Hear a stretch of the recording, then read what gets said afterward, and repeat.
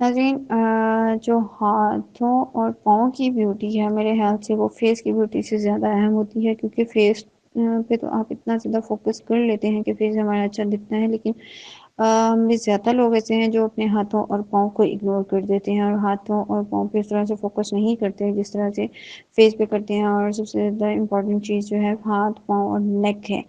ये हमारा basic focus होना चाहिए। जब ये चीज़ें नीट हो जाती हैं तो ये फेस के साथ एक स्किन टोन इनकी मैच हो जाती है तो फिर ये अच्छा लुक देता है। तो आपके हाथों और पाँव के लिए आज मैं एक स्क्रब बताने जा रही हूँ आपको।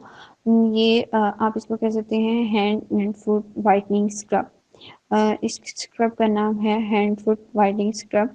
हाथों पैरों के लिए वाइटनिंग स्क्रब है hand and foot whitening scrub. तो इसके लिए आपने जो लेना है दही 1 टीस्पून ले लें, संदल पाउडर 1 टीस्पून ले लें, बादाम का पाउडर 1 टीस्पून ले लें।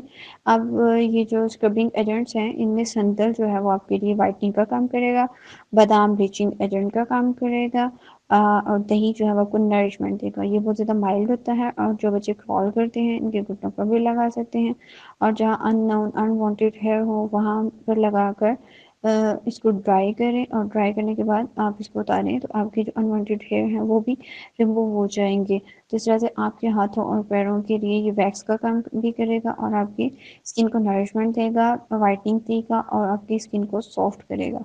तो नाज़रीन ये था एक सिंपल सा स्क्रब जो मैं हमने आपको बनाना सिखाया। तो नाज़रीन हमारी अच्छी अच्छी वीडियोज़ के लिए हमारे चैनल ज़रूर सब्सक्राइब